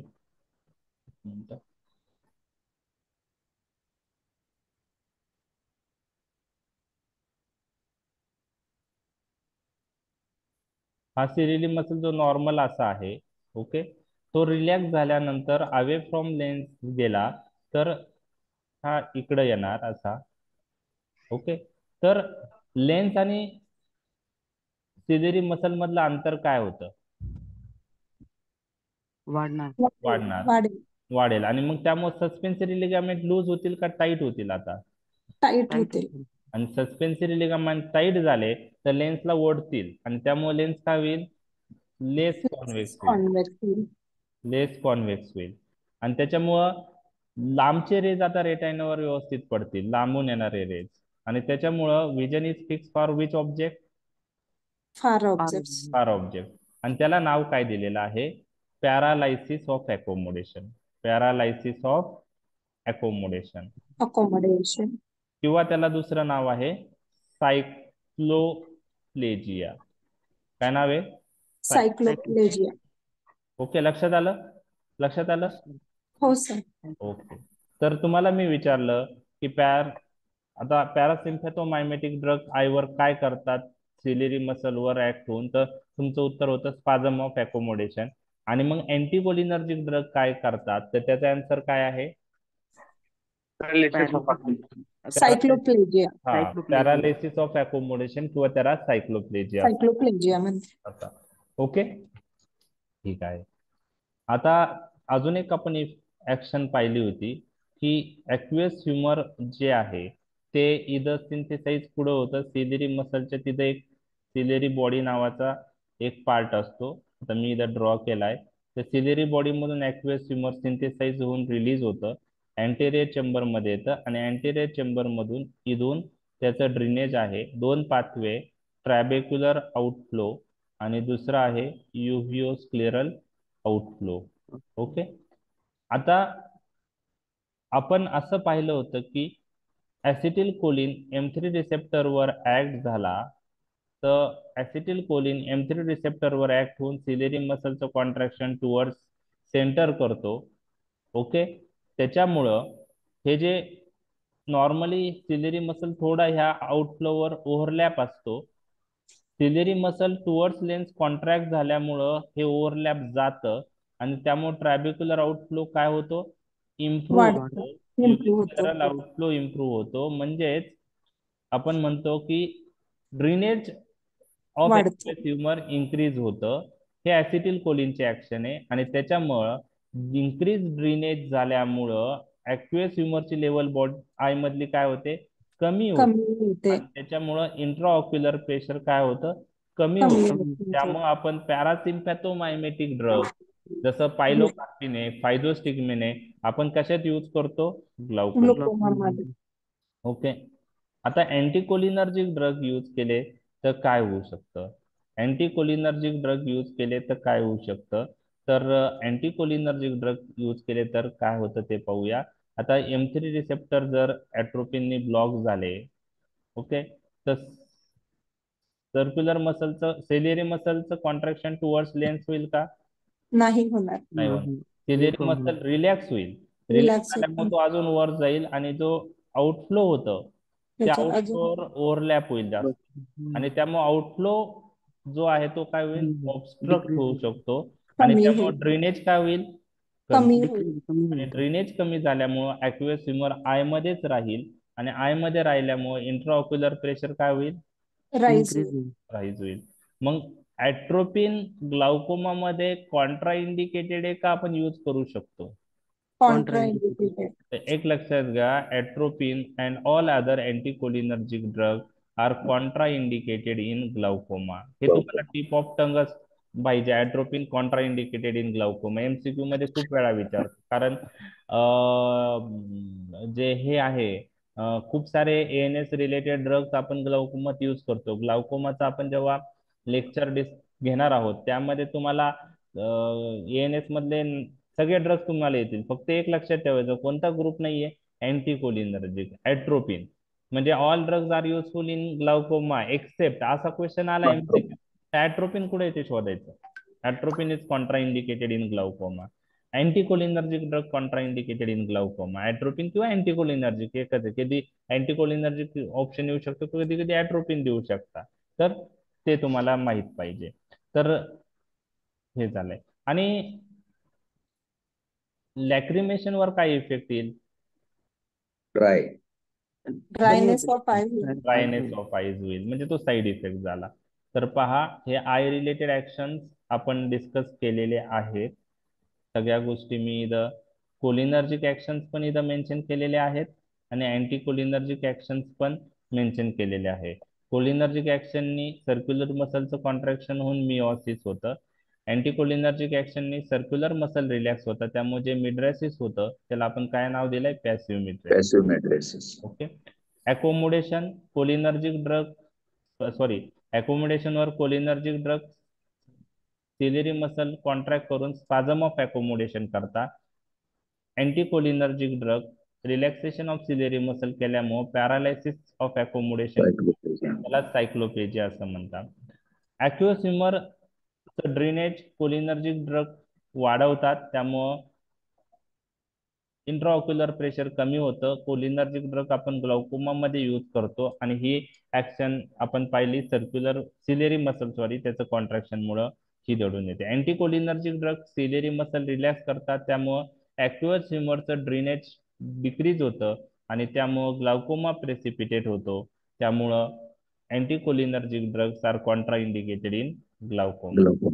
लॅक्रिमल ग्लँडचं काय होतं? Increase lacrimation with cholinergic action मुळे. कोलिनर्जिक म्हणजे ऍसिटिल कोलिनचे ऍक्शन लॅक्रिमल ग्लँड वर काय आहे? Increase lacrimation through M3 receptor. सगळे सिक्रेशन ऍसिटिल कोलिन वाढवतं, तसं लॅक्रिमेशन पण वाढवतं.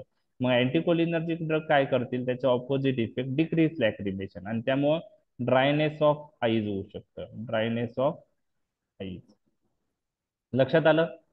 आता पहा, अजून एक पॉइंट डिस्कस करायचा राहिलेला आहे माझा, loss of light reflex. Loss of light reflex.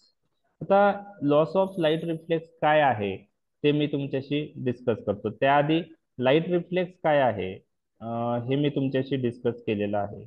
Light reflex काय आहे हे मी तुमच्याशी मागील पॅरासिम्पॅथोमायमेटिक मध्ये लाईट रिफ्लेक्स मी तुमच्याशी डिस्कस केलेला आहे. ओके, एक मिनिट हा.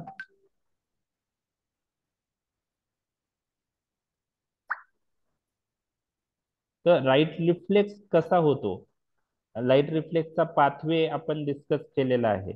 तर लाईट रिफ्लेक्स म्हणजे काय आपण ते पाहिलेलं आहे. तर लाईट रिफ्लेक्स मध्ये काय होतं की आपण डोळ्यामध्ये लाईट पेशंटच्या टाकला तर पिपिल साईज काय होते? कॉन्स्ट्रिक्ट. कमी होते, कॉन्स्ट्रिक्ट होतं पिपिल. कसं होतं कॉन्स्ट्रिक्ट ते आपण पाहिलेलं आहे. ओके, कसं होतं की आता आपण डिटेलमध्ये त्यात जाणार नाहीये.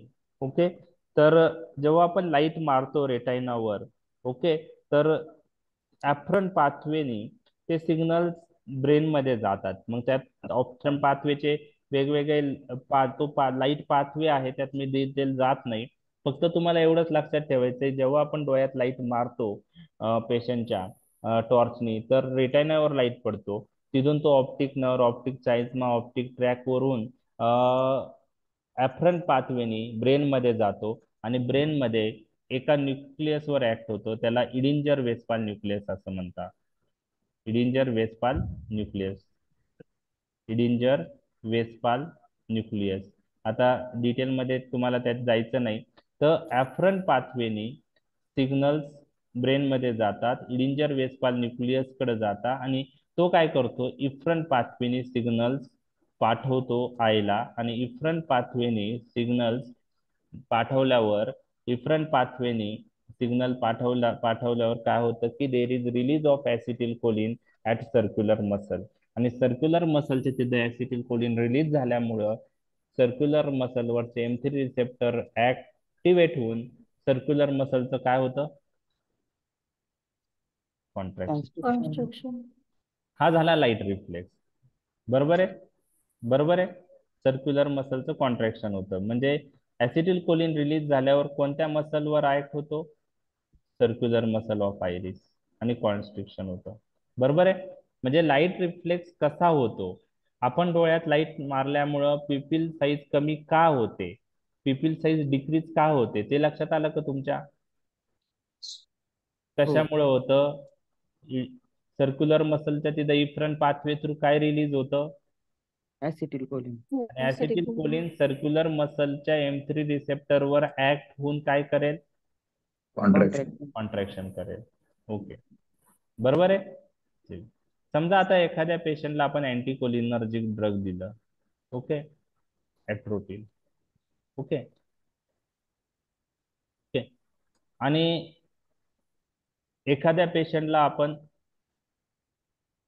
फिनिलेफ्रिन दिलं, ओके. बरोबर आहे. तर ऍट्रोपिन आणि फिनिलेफ्रिन दिल्यावर काय होईल बरं, तुम्ही मला सांगा. फिनिलेफ्रिन आणि ऍट्रोपिन एखाद्या पेशंटला आपण दिलं, डोळ्यामध्ये टाकलं, तर काय होईल प्युपिल साईजचं, तुम्ही मला सांगा. अरे गेलं ते. तुम्ही आता आपण डिस्कस केले दोन्ही ड्रग. फिनिलेफ्रिन कोणता ड्रग आहे? Sympathomimetic. Very good. Adrenergic drug आहे. ॲट्रोपिन कोणता ड्रग आहे? अँटीकोलिनर्जिक.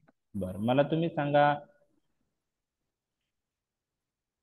की दोघांची ऍक्शन काय आहे प्युपिलवर किंवा प्युपिल मेट्रियासिस. फेनिलेफ्रिन मिओसिस करेल आणि ॲट्रोपिन मायड्रेसिस करेल. परत दोन्ही मेट्रियासिस कन्फ्यूज नका हो आता. करेल ते दोन्ही. Phenylephrine causes active mydriasis. Very good. Phenylephrine causes active mydriasis by. Atropine passive mydriasis. Passive mydriasis. Okay, दोघं मिड्रॅसिस करतील. मी तुमच्याशी डिस्कस केलं. आता मिड्रॅसिस ॲट्रोपिन मुळे का होईल आणि फिनिलेफ्रिन मुळे का होईल? रेडियल मसलवर ऍक्ट केलं की मिड्रियासिस होईल. फिनिलेफ्रिन आणि अल्फा 1 रिसेप्टर रेडियल मसलवर ऍक्ट होतो. रेडियल मसल कॉन्ट्रॅक्ट होतं अवे फ्रॉम सेंटर आणि त्यामुळे मिड्रॅसिस होतं, आणि त्याला आपण काय म्हणतो? Active. Active. Active mydriasis. Okay. आणि ॲट्रोपिन M3 रिसेप्टरवर ऍक्ट होईल. ऍसिटिल कोलिनचे ऍक्शन M3 रिसेप्टर ब्लॉक होईल आणि त्याच्यामुळे जे मिड्रॅसिस होईल ते कोणतं असेल? Passive. passive. आता मी तुम्हाला सांगितलं की तुम्ही मला ओळखून दाखवा कोणत्या पेशंटमध्ये ॲट्रोपिन दिलं आणि कोणत्या पेशंटमध्ये फिनिलेफ्रिन दिलंय. तर तुम्हाला ते ऍक्टिव्ह मिड्रेसिस पॅसिव्ह मिड्रेसिस त्याच्या डायलेटेशन वरून थोडी लक्षात येणार आहे. दोघात पिपिल डायलेटेड असेल. समजा एका बरोबर. पेशंटला ॲट्रोपिन दिलं आणि एका पेशंटला फिनिलेफ्रिन दिलंय, तर तुम्हाला मी विचारलं कोणत्या पेशंटला ॲट्रोपिन दिलं आणि कोणत्या पेशंटला फिनिलेफ्रिन दिलं, तर तुम्हाला त्या पिपिलची साईज दोघात वाढलेली तुम्हाला लगेच सांगता येईल का? Reaction to light. Reaction to light. Yes, तेच आहे. ते पुढचं मी एक्सप्लेन करतोय, रिॲक्शन टू लाईट. तर ते कसं ओळखायचं, बरोबर आहे. आता हे जस्ट आपण एक्झाम्पल पाहिलंय. ओके. आता पॉसिमिड्रेसिस. आता समजा ॲट्रोपिन जे दिलं आहे, ओके, तर ते आपण पेशंट एक्स ला दिलेलं आहे असं आपण लक्षात घेऊ, आणि फिनिलेफ्रिन वाय पेशंटला दिलेलं आहे. ओके. आता आपल्याला म्हणजे आपण दिलेला आहे, आपण कोणाला विचारलं त्याला माहित नाही ॲट्रोपिन कशात दिलं आणि फिनिलेफ्रिन कशात दिलं, दोघात मिड्रॅसिस आहे. त्यावेळेस आपण लाईट रिफ्लेक्स टेस्ट करू शकतो. आता लाईट रिफ्लेक्स काय आहे तुमच्याशी मी डिस्कस केला आहे. लाईट रिफ्लेक्स मुळे सिग्नल्स ब्रेनकडे जातात, थर्ड क्रॅनियल नर्वकडे. त्याच्यात एक न्यूक्लियस असतो, इडिंजर वेस्क्लास न्यूक्लियस, तो ऍक्टिव्हेट होतो आणि तो सिग्नल परत आईकडे पाठवतो इफरंट पाथवेने. म्हणजे आपण लाईट मारतो तेव्हा ब्रेनकडे सिग्नल ऍफरंट पाथवेने जातो.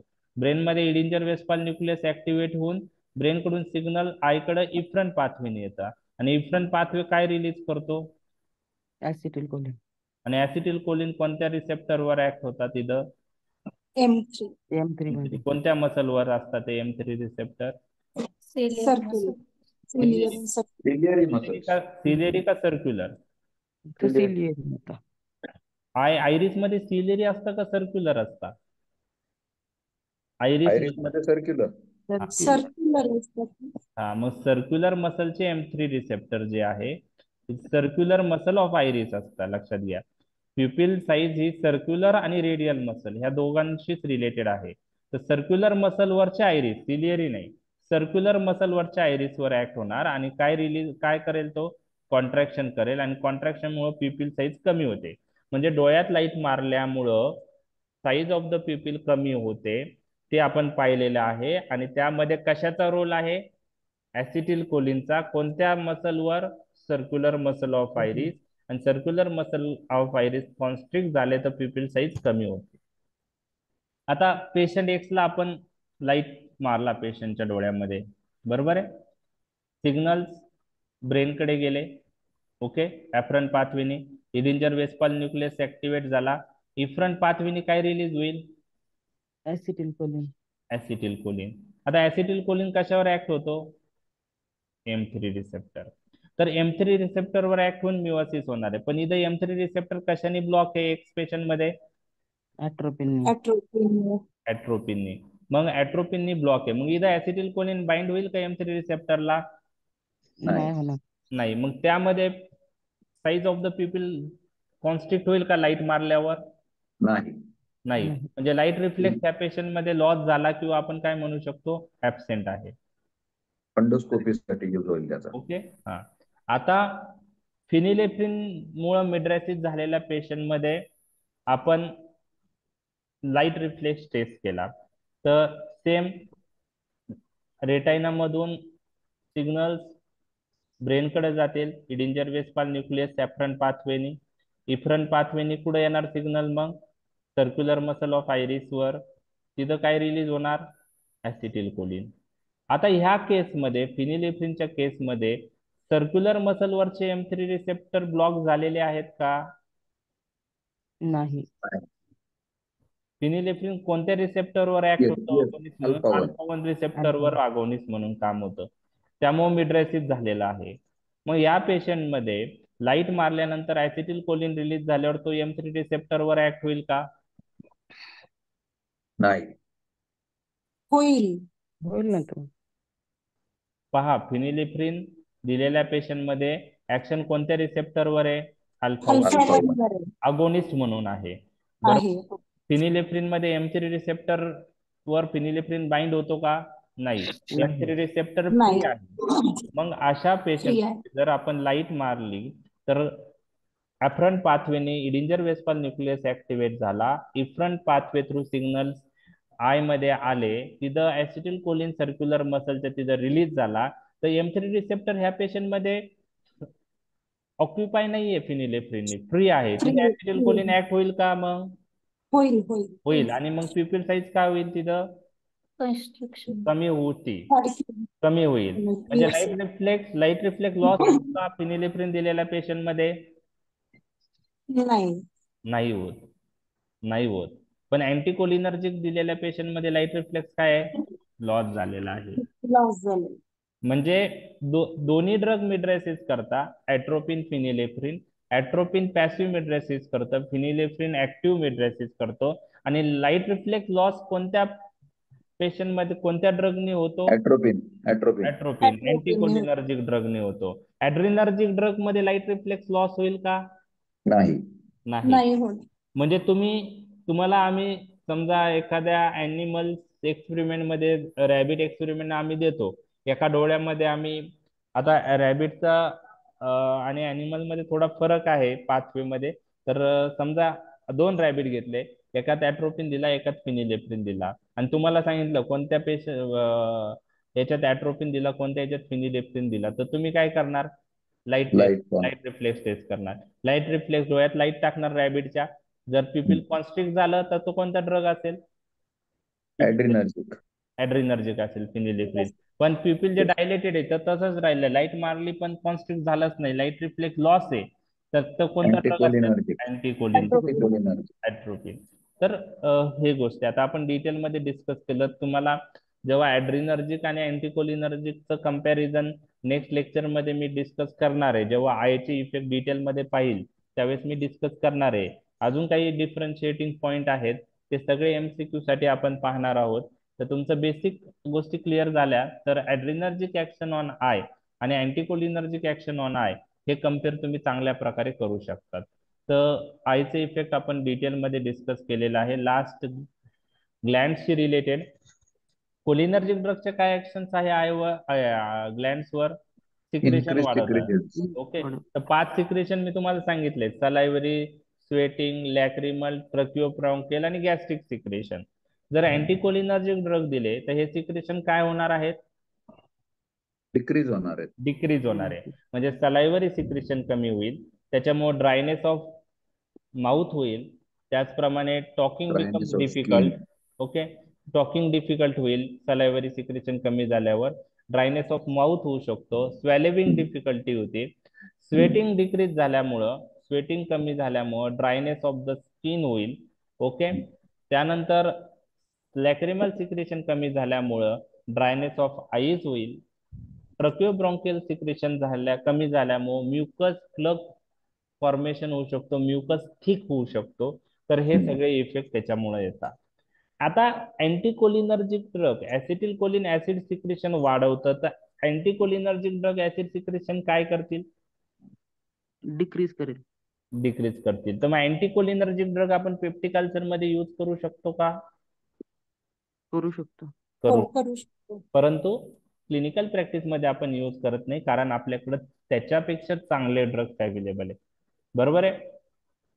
आता आपण प्रोटॉम्पम इनिबिटर यूज करतो, त्याच्या आधी आपण H2 अँटागोनिस्ट यूज करायचो रॅनिटिडिन, त्याच्या आधी अँटीकोलिनर्जिक यूज करायचे, म्हणजे अँटीकोलिनर्जिकचे साईड इफेक्ट जास्त होते. सिमेटिडिन. ओके.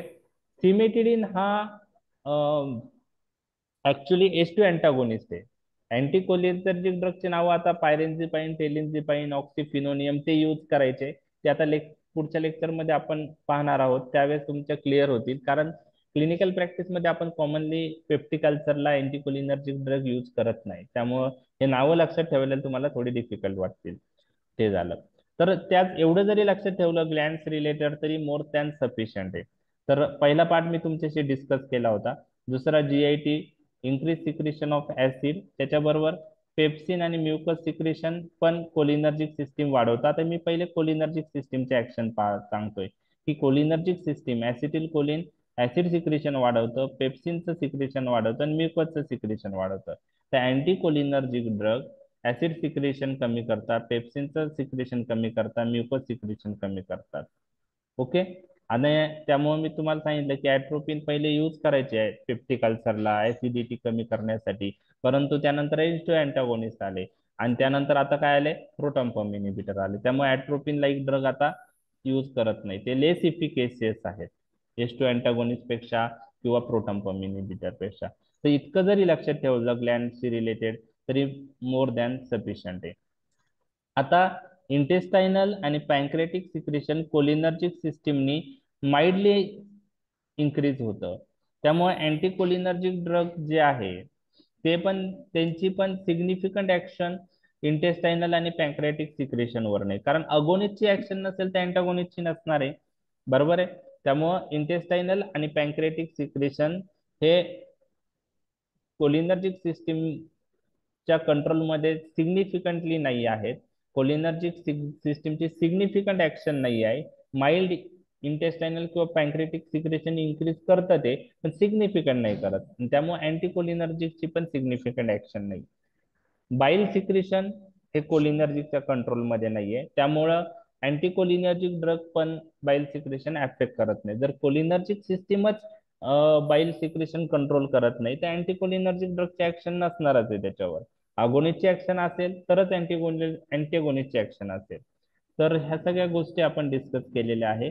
आता ग्लॅन्डशी related exam point of view ते 5 सिक्रेशन कोलिनर्जिक सिस्टीम वाढवतं आणि ते 5 सिक्रेशन अँटीकोलिनर्जिक सिस्टीम कमी करतं. हे तुम्ही एवढं जरी लक्षात ठेवलं तरी सफिशियंट आहे. ओके. 5 सिक्रेशन सलायवरी, लॅक्रिमल, स्वेटिंग, ट्रकिओब्रॉन्कियल आणि ऍसिड सिक्रेशन, हे 5 सिक्रेशन कोलिनर्जिक सिस्टीम वाढवतं, अँटीकोलिनर्जिक सिस्टीम कमी करतं. आणि कमी झाल्यामुळं काय प्रॉब्लेम येतात ते साईड इफेक्ट मध्ये तुम्ही लिहू शकता. Dryness of mouth, talking becomes difficult, swallowing may be difficult, dryness of the eyes, dryness of the skin, tracheobronchial secretion कमी झाल्यामुळं म्युकस जो होतो रिलीज, जो म्युकस आहे तो थिक होतं, म्युकोजल प्लग फॉर्मेशन होऊ शकतं. हे त्याचे ड्रॉबॅक आहे. ऍसिड सिक्रेशन कमी झाल्यामुळं तो यूज होतो पेप्टिक अल्सर मध्ये अँटीकोलिनर्जिक ग्रुप. लक्षात आलं तुमच्या? येस. ठीक आहे. आपण आता अँटीकोलिनर्जिक ड्रगच्या ऍक्शन्स डिटेलमध्ये पाहिलेल्या आहेत. क्लासिफिकेशन बघून घ्यायचं म्हणजे तुम्ही उद्या करू शकता. ओके. 10 मिनिटं आहेत. खूप सारे ड्रग्ज आहेत, त्यातले आता काही ड्रग्ज तुम्हाला माहित असतील. क्लासिफिकेशन हे थोडं डिफिकल्ट आहे, त्याला आपण सोप्या याच्यात काही न्यूमोनिक वापरून केलेलं आहे, परंतु खूप सारे ड्रग असल्यामुळे तुम्हाला पाठ करण्याशिवाय पर्याय नाही. तर आता हे क्लासिफिकेशन कशावर डिपेंड आहे? हे क्लासिफिकेशन डिपेंड आहे सोर्सवर. त्याचे 3 डिव्हिजन आहे अँटीकोलिनर्जिक ड्रगचे. जे नॅचरली ऍप्टोन होतात ते ड्रग म्हणजे प्लॅन्ट सोर्स पासून दुसरे आहे नॅचरल Synthetic. ड्रगला मॉडिफाय करून ऑप्टेन केलेले, त्याला सेमी Semi-synthetic. सिंथेटिक असं म्हणतात. आणि तिसरा ग्रुप आहे सिंथेटिक. Synthetic. ओके. आणि सिंथेटिक ग्रुप परत 4 याच्यात डिवाइड होतो depending on the predominant action. Okay. असं ह्या क्लासिफिकेशनचं बेस आहे. म्हणजे तो बेस लक्षात आला तर तुम्ही natural, semi synthetic, synthetic 3 group करू शकता. आता नॅचरल मध्ये 2 ड्रग आहे, ऍट्रोपिन आहे आणि हायोसिन आहे. ओके. ऍट्रोपिन आहे आणि हायोसिन आहे. ओके. हे नॅचरल कंपाऊंड आहे, प्लांट सोर्स पासून ऑप्टेन होता ऍट्रोपिन आणि हायोसिन. तर हे तुम ओके. हायोसिनला अजून एक नाव आहे स्कोपेलामाइन. ओके. स्कोपेलामाइन. ओके. लक्षात आलं. तर हे नॅचरल अल्कोलॉइड्स. अल्कोलॉइड्स म्हणजे प्लांट्स पासून ऑप्टेन होतात. ओके. आता सेमी सिंथेटिक कंपाऊंड हे कशाचे मॉडिफिकेशन आहे? Natural compound. मग ऍट्रोपिनचं मॉडिफिकेशन ऍट्रोपिन मिथोन नायट्रेट आहे, होम ऍट्रोपिन आहे, इप्राट्रोपियम ब्रोमाइड आणि थायोट्रोपियम ब्रोमाइड आहे. तर पहा, ऍट्रोपिनचं modification atropine methonitrate, homatropine, ipratropium bromide, tiotropium bromide. हे दोन तर आपण पाहिलेले अस्तमात यूज करता. ओके. आणि हायोसिनचं मॉडिफिकेशन काय आहे? Hyoscine butyl bromide. ऐकलंय का नाव हे? Hyoscine butyl bromide. हो सर. नाही ऐक. बस्कोपॅन इंजेक्शन. बस्कोपॅन इंजेक्शन ऐकलंय तुम्ही? हो त्याच्यामध्ये असते. स्कोपॅन ऐकलं, बस्कोपॅन ऐकलंय. बस्कोपॅन ऐकलं असेल तुम्ही. त्याच्यामध्ये हायोसिन ब्युटिल ब्रोमाइड आहे. त्याच्यामध्ये हायोसिन ब्युटिल ब्रोमाइड आहे. लक्षात आलं. ऍब्डोमिनल पेन वगैरे असेल तर देता बघा तुम्ही बस्कोपॅन. तर अँटीस्पाझमोटिक इफेक्ट आहे. ओके. तर सेमोसिंथेटिक लक्षात आले. ऍट्रोपिनचं modification atropine methonitrate, homatropine, ipratropium bromide, tiotropium bromide. आणि हायोसिनचं मॉडिफिकेशन हायोसिन ब्युटिल ब्रोमाइड. लक्षात आलं. ओके. नाव आता हो सर. पाठ करावं लागतील, फक्त आपण ओव्हरलुक करतोय. उद्या परत क्लासिफिकेशन मी घेणार आहे. तिसरा आहे सिंथेटिक. सिंथेटिकचे 4 ग्रुप पडतात. आता बघा, हे ड्रग काय करतात? सिक्रेशन कमी करतात का वाढवतात? कमी करतं. कमी करतात. स्पाझम काय करतात? रिलीव्ह करतात का वाढवतात? रिलीफ करतात. रिलीव्ह करतात. म्हणजे त्यांना अँटी सिक्रेटरी आणि अँटी स्पाझमोटिक ऍक्शन आहे का नाही? हो. हो. आहे. बरोबर. म्हणजे ऍक्शन वरून 4 ग्रुप आहे. अँटी सिक्रेटरी, अँटी स्पाझमोटिक पुढे यूज करतो आपण कोणते ड्रग. दुसरं आयवर काय ऍक्शन आहे त्यांना?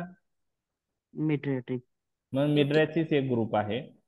वसाइको सिलेक्टिव्ह म्हणजे कुठं ऍक्ट होतात ते स्पेसिफिकली? ब्लॅडरवर. ब्लॅडरवर. Vesico selective anticholinergic drug. आणि काही अँटीकोलिनर्जिक पार्किन्सोनिझम मध्ये यूज होतात, त्याला अँटी पार्किन्सोनियन ड्रग म्हणतात. काय म्हणतात? अँटी पार्किन्सोनियन. म्हणजे सिंथेटिक कंपाऊंडचे 4 ग्रुप लक्षात आले. Anti secretory, anti spasmodic, मिड्रॅटिक, वसाइको selective आणि अँटी पार्किन्सोनियन. लक्षात आले. Yes, हो sir. सर. ओके. आता बघा, अँटी सिक्रेटरी मध्ये क्वाटर्नरी कंपाऊंड आहे. कोणते आहे? क्वाटर्नरी कंपाऊंड आणि टर्शरी कंपाऊंड. म्हणजे केमिकल स्ट्रक्चर वरून परत त्याचे 2 ग्रुप पडलेले आहे, क्वाटर्नरी कंपाऊंड आणि टर्शरी अमाइन. तर क्वाटर्नरी कंपाऊंडच्या प्रॉपर्टीज तुम्हाला माहिती आहे, टर्शरी कंपाऊंडच्या प्रॉपर्टी माहिती आहे, बरोबर आहे. तर आता क्वाटर्नरी कंपाऊंड्स मध्ये नावं काय आहे? थोडे डिफिकल्ट आहे. प्रोपॅनथेलिन आहे, ऑक्सिफिनोनियम आहे, क्लिडिनियम आहे, सायमेट्रोपियम ब्रोमाइड आहे. जसं इप्राट्रोपियम ब्रोमाइड होतं तसं सायमेट्रोपियम ब्रोमाइड आहे, आयसोप्रोपॅमाइड आहे आणि ग्लायकोपायरोलेट आहे. 8th एडिशन मध्ये एवढे नावं दिलेलं आहे. 7th एडिशन मध्ये अजून एक नाव होतं पायपेनझोलेट मिथिल ब्रोमाइड. तो आता 8th एडिशन मध्ये इन्क्लूड नाही केलेलं आहे. ओके. तर पायपेनझोलेट मिथिल ब्रोमाइड. आता हे क्वाटर्नरी कंपाऊंड कसे लक्षात ठेवायचे? हे क्वाटर्नरी कंपाऊंड कसे लक्षात ठेवायचे? तर त्याचे एक निमोनिक मी तुमच्याशी डिस्कस करत आहे. निमोनिकचं नाव आहे POP of ceiling is good. काय निमोनिक आहे? POP of ceiling. आपण जे सिलिंगला वरती पीओपी करतो POP of ceiling is good. आता पीओपी 3 ड्रग इथे येतात. काय काय नावं असतील? प्रोपॅनथिलिन, ऑक्सिफिनोनियम आणि pipenzolate methyl bromide. POP of ceiling C वरून 2 आहे, clidinium cimetropium bromide is good. I वरून आयसोप्रोपॅमाइड आणि जी वरून glycopyrrolate. POP of ceiling is good. याच्यामधलं कोणतं ड्रग तुम्हाला माहित आहे? Glycopyrrolate. ग्लायकोपायरोलेट कुठे यूज करतात? Preoperative instead of atropine. Okay, preoperative instead of atropine. Very good. आता यातले सगळे ड्रग क्लिनिकल प्रॅक्टिस मध्ये कॉमनली यूज होत नाही, काही स्पेशलिस्ट काही यूज करतात, त्यामुळे नावं लक्षात ठेवायला डिफिकल्ट आहे, पण आपल्याला क्लासिफिकेशन पाठ करावं लागेल, त्याला पर्याय नाही. टर्शरी अमाइन्स मध्ये डायसायक्लोमाइन, व्हॅलिटामेट, पायरेनझिपाइन हे 3 ड्रग आहे. यातलं कोणतं माहित आहे तुम्हाला? Dicyclomine. Dicyclamine. ओके, तो अँटीस्पाझमोटिक म्हणून यूज करतो. आता हे टर्शरी अमाइन कसे लक्षात ठेवायचे? त्याचं निमोनिक आहे peripheral vascular disease, PVD. Peripheral vascular disease, त्याला पीव्हीडी म्हणतात. P for pirenzepine, V for valethamate, D for dicyclomine. लक्षात आलं? ओके. आता मिड्रेटिक मध्ये ॲट्रोपिन पण मिड्रेटिक म्हणून यूज करतो, पण नॅचरल मध्ये गेलाय. सेमी सिंथेटिक मधलं होम ॲट्रोपिन आपण मिड्रेटिक म्हणून यूज करतो. सिंथेटिक मध्ये कोणते मिड्रेटिक म्हणून ड्रग आपण यूज करतो अँटीकोलिनर्जिक पैकी? तर सायक्लोपेंटोलेट आणि ट्रोपिकॅमाइड. हे नाव ऐकलेत तुम्ही? सायक्लोपेंटोलेट, ट्रोपिकॅमाइड. आय ड्रॉप मध्ये पहा, काही आय ड्रॉप Tropicamide ऐकलं. Tropicamide. ट्रोपिकॅमाइड ऐकला असेल. तर कसं लक्षात ठेवायचं? CT scan. मिड्रेटिक म्हणजे सिटी, सायक्लोपेंटोलेट, ट्रोपिकॅमाइड. सिंथेटिक मधलं मिड्रेटिक. तसे तुम्हाला मिड्रेटिक सांगितले, याच्यातले तर 4 माहित पाहिजे: ॲट्रोपिन, होमॅट्रोपिन, सायक्लोपेंटोलेट, ट्रोपिकॅमाइड. त्यातला डिफरन्स आपण नंतर पाहणार आहोत. वसाइको सिलेक्टिव्ह म्हणजे कशाची रिलेटेड आहे? Bladder. ब्लॅडर. ड्रग बघा: ऑक्सिब्युटिनिन, फ्लेओक्सेट, टोलटेरोडिन, डेरिफेनासिन, सोलिफेनासिन. अवघड नाव आहे हे. यातलं कोणतं ऐकलंय? Flevoxate. फ्लेओक्सेट ऐकलंय, जुनं आहे ते ऐकलं असेल. आता हे डेरिफेनासिन आणि सोलिफेनासिन नवीन आलेले. तर ऑक्सिब्युटिनिन, फ्लेओक्सेट, टोलटेरोडिन, डेरिफेनासिन आणि सोलिफेनासिन. कसं लक्षात ठेवायचं? आता हे ब्लॅडरशी रिलेटेड आहे, म्हणून न्यूमोनिक ब्लॅडरशी रिलेटेडच तयार केलेला आहे. सॉफ्ट ब्लॅडर मध्ये फक्त नंतरचा पार्ट लक्षात ठेवायचा आहे. ओके, तर soft, SOFT, soft bladder. SOFT, S for solifenacin, O for oxybutynin, F for flavoxate, T for tolterodine. आणि सॉफ्ट ब्लॅडर मध्ये डर लक्षात ठेवायचंय, डर वरून डेरिफेनासिन. लक्षात राहील तुम्हाला soft bladder? Yes, sir. Okay. Yes, sir. Soft bladder. MCQ साठी आला: which of the following anticholinergic drug is vesico selective? तर तुम्हाला सॉफ्ट ब्लॅडर निमोनिक लक्षात राहिलं तरी पण MCQ तो सॉल्व्ह होईल. तर सॉफ्ट, SOFT, सॉफ्ट ब्लॅडर.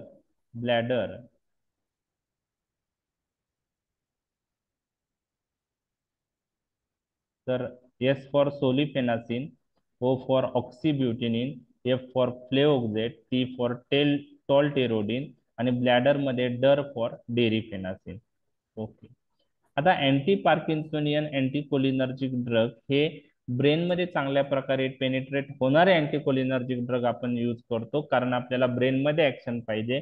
आणि अँटी पार्किन्सोनिझम मध्ये लिओडोपा ड्रग ऑफ चॉईस आहे, परंतु जे ड्रग इंड्यूस पार्किन्सोनिझम मध्ये लिओडोपा इफेक्टिव्ह नसतो. ड्रग इंड्यूस पार्किन्सोनिझम मध्ये अँटीकोलिनर्जिक ड्रग ऑफ चॉईस असतात.